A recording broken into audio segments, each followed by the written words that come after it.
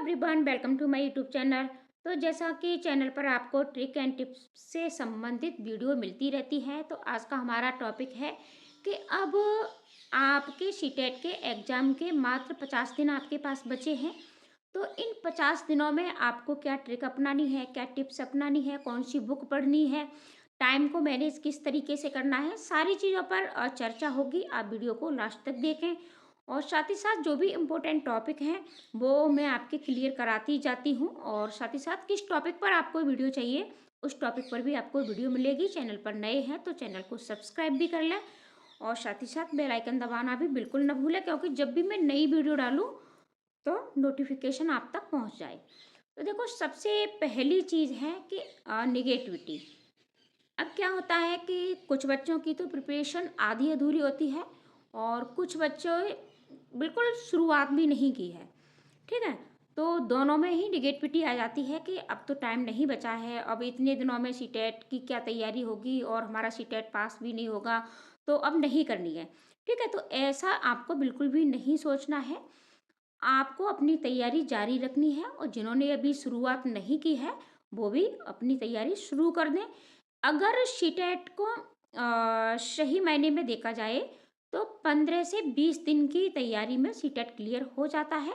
लेकिन इसके लिए कुछ ट्रिक हैं, कुछ टिप्स हैं, उनको आपको फॉलो करना होगा और सेल्फ स्टडी से ही सीटेट क्लियर हो जाता है। ज़्यादा आपको इसमें डीपली पढ़ने की भी ज़रूरत नहीं होती, सिर्फ और सिर्फ पेडागोजी पर पकड़ बनाने की ज़रूरत होती है। तो अब इस पेडागोजी पर पकड़ कैसे बनेगी, यही सारी चीज़ें आज हम इस आज की वीडियो में सीखेंगे। तो सबसे पहला पॉइंट कि निगेटिविटी को आसपास नहीं आने देना है।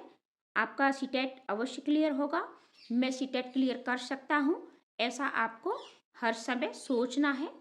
ठीक है, मैं कर सकता हूँ, मैं कर सकती हूँ, ये ज़्यादा कोई कठिन सब्जेक्ट नहीं है। इससे पहले भी मैंने बहुत सारे एग्जाम क्लियर किए हैं।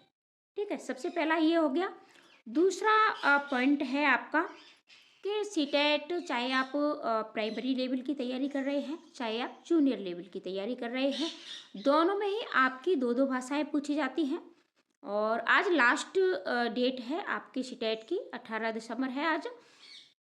हो सकता है ये वीडियो आपको कल मिले, ठीक है, आज नहीं मिल पाए, लेकिन आज मैं बना रही हूँ। 18 दिसंबर है और आप सभी ने अपना सीटेट का फॉर्म फिल कर दिया होगा। तो दूसरा पॉइंट है कि आपकी दोनों में, ठीक है, दोनों ही आपके सीटेट के एग्जाम में दो दो भाषाएं पूछी जाती हैं। तो अपनी भाषा पर पकड़ मजबूत बनाइएगा। ठीक है, अगर आपकी भाषा पर पकड़ बन जाती है, देखो दो भाषाएं पूछी जाती हैं, दोनों भाषाओं से मिला करके, ठीक है, 30-30 यानी आपके 60 नंबर बनते हैं। और इन 60 नंबर में से आप 50 से 55 नंबर आराम से लेकर के आ सकते हो। अगर आप 50 नंबर दोनों भाषाओं से लेकर के आ सकते हो तो बाकी का सीटेट क्लियर करने में फिर आपको कोई दिक्कत नहीं होती है। सीटेट के ज़्यादा स्कोर से हमें कोई लेना देना नहीं है, क्योंकि ये सिर्फ एग्ज़ाम हमारा क्लियर होना चाहिए, इससे हमें जॉब नहीं मिलती है। ठीक है, तो शाम जनरल के लिए आपके 90 नंबर और ओबीसी एससी वालों के लिए 82 नंबर चाहिए होते हैं। तो अपनी भाषा पर पकड़ बनाएं। और भाषा पर पकड़ अब आप कैसे बनाएंगे, तो देखो सबसे पहला होता है कि आपको ज़्यादा से ज़्यादा इसकी प्रैक्टिस करनी है, क्योंकि यहाँ आपको प्रश्न छांटने के लिए आते हैं। ठीक है, पोएम से और पैसेज से आपके यानी गद्यांश पद्यांश और से आपको प्रश्न छांटने होते हैं। तो इसके लिए आपको ज़्यादा से ज़्यादा प्रैक्टिस करनी होगी। आप जितना जल्दी प्रश्नों को छांट पाते हो, क्या होता है कि एग्जाम हॉल में हमारा पेपर छूट जाता है, हमारी बहुत अच्छी प्रिपरेशन होती है, हमने फुल तैयारी की होती है, लेकिन वहाँ हम टाइम मैनेज नहीं कर पाते। गद्यांश पद्यांश को पढ़ने में बहुत सारा टाइम लग जाता है, फिर प्रश्नों को छांटना भी नहीं आता।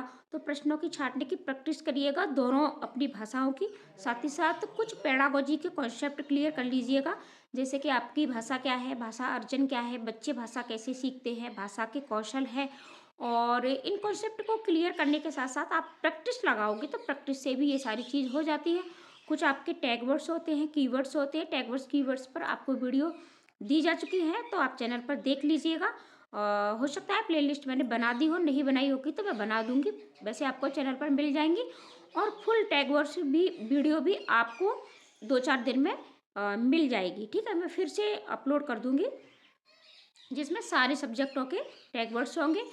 टैग वर्ड्स पर अगर आपकी पकड़ बन जाती है तो आप प्रश्न को बहुत जल्दी सॉल्व कर लेते हो और साथ ही साथ मतलब कम समय में कर लेते हो और साथ ही साथ आपका गलत भी नहीं जाता, 100% आपका सही होता है, नेगेटिव पॉजिटिव और साथ ही साथ कुछ कीवर्ड्स। ठीक है, तो भाषा पर पकड़ बनाइएगा। भाषा कहा जाता है कि भाषा मजबूत तो सीटेट क्लियर। ठीक है, ये सत्य है आपका कि अगर आपकी भाषा पर पकड़ बन जाती है तो फिर सीटेट पास करने से आपको कोई भी नहीं रोक सकता। तीसरा है कि आपको टाइम मैनेज करना अभी से सीख लीजिएगा। 50 दिन बचे हैं आपके पास, अब ज़्यादा टाइम नहीं है सीटेट एग्जाम को लेकर के, तो अपनी टाइम मैनेज के साथ जब भी आप पीवाईक्यू लगाएं, देखो आपको पीवाईक्यू की प्रैक्टिस अवश्य करनी है, तो पीवाईक्यू की प्रैक्टिस करिएगा तो 2 से 2.25 घंटे में आपको अपने पूरा पीवाईक्यू एक लगा लेना है।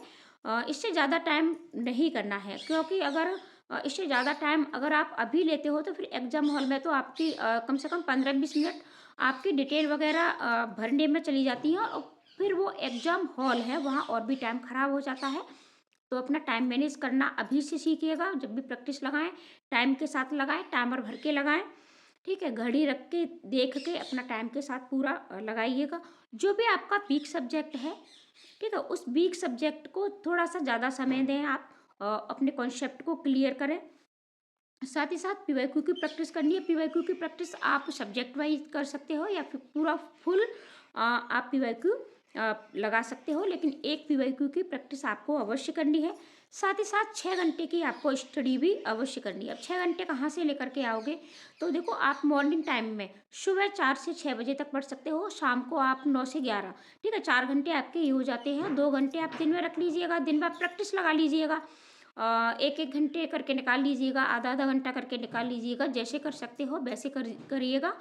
और देखो सबसे मेन चीज़ है कि इस टाइम आप जो भी पढ़ें, ठीक है, दिन में आपने जो भी कॉन्सेप्ट पढ़ा है, दिन में पढ़ा है या रात को पढ़ा है, जब भी पढ़ते हो आप, फिर उसके बाद आपके पास उसका रिवीजन एक बार अवश्य करें।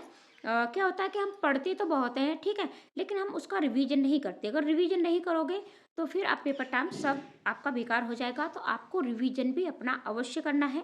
ठीक है, लास्ट के जो 10 दिन है उनको छोड़ करके आपको पढ़ाई करनी है। मात्र आप 40-45 दिन की अपनी स्टडी प्लान रखिएगा। लास्ट के जो 10 दिन है वहाँ वह आपको सिर्फ और सिर्फ रिवीजन और प्रैक्टिस के लिए रखने हैं। वहाँ सिर्फ आपको अपना रिवीजन करना है, प्रैक्टिस करना है।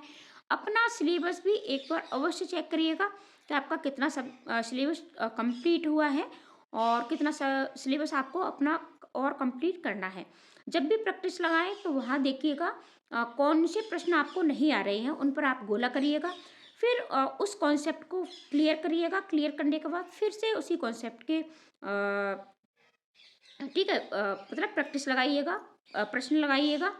एक बुक भी आप अवश्य खरीद लें, एक प्रैक्टिस सेट ले लें। ठीक है, और प्रैक्टिस सेट के साथ साथ अगर आपने नहीं ली है अभी तक तो अभी भी ले लें, बहुत समय है आपके पास। एक सॉल्यूशन बुक भी ले लें। ठीक है, यूथ की ले लो, घटना चक्र की ले लो, जो भी आपको अच्छी लगे। यूथ की मुझे सबसे बेस्ट लगती है, टैग वर्ड्स और कीवर्ड्स सीखने ही है। और जो भी देखो आप प्लेलिस्ट में जाइएगा, वहाँ शीटेट के जितने भी इम्पोर्टेंट टॉपिक हैं उन पर वीडियो आपको दी जा चुकी है। ईवीएस के हैं, आपके सीडीपी के हैं, लैंग्वेज के हैं, उनको आप अवश्य देख लीजिएगा।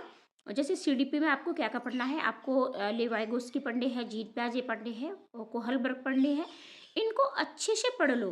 फिर पढ़ने के बाद इनको पढ़ने के बाद इनके जो कॉन्सेप्ट है उससे संबंधित आपके प्रश्न नहीं आते हैं, पेडागोजी लेवल प्रश्न आते हैं, तो जीन प्याजे, कोहलबर्ग और इन पर अलग अलग प्रैक्टिस करिएगा। ठीक है, जीन प्याजे के प्रश्न किस तरीके से पूछे जाते हैं, कोहलबर्ग पर प्रश्न कैसे पूछे जाते हैं, आप लास्ट ईयर से जैसे अभी आपका 2025 में हुआ है, ठीक है, और 24 में हुआ है, 23 में हुआ है, 22 में हुआ है, इस तरीके से लास्ट से आप पीवाईक्यू की प्रैक्टिस करना शुरू कर दीजिएगा। और इसके साथ ही साथ जो भी पढ़ें उसकी फुल प्रैक्टिस करें, रिवीजन करें। और एक सॉल्यूशन बुक ले लें। और एनसीईआरटी 2005 है, आपका समावेशी शिक्षा है, ठीक है, आरटी एक्ट 2009 है। ये छोटे छोटे कॉन्सेप्ट हैं, इनको पर पकड़ बनाइएगा, लेकिन प्रैक्टिस करना बिल्कुल न भूलें। और ईवीएस के लिए एनसीईआरटी के नोट्स मिल जाएंगे। 1 लाइनर की क्लास भी मैं दे दूंगी आपको। और वन लाइनर की क्लास आपको एसएसटी और साइंस की भी अगर किसी चैनल पर मिल जाएँ तो वो भी आप देख लें, अपने नोट्स बना लें। और एनसीईआरटी बुक्स के नोट्स अगर आपके खुद के हैं तो उन्हें पढ़ें, एनसीईआरटी अवश्य पढ़ें, ईवीएस के लिए तो अवश्य ही पढ़ें।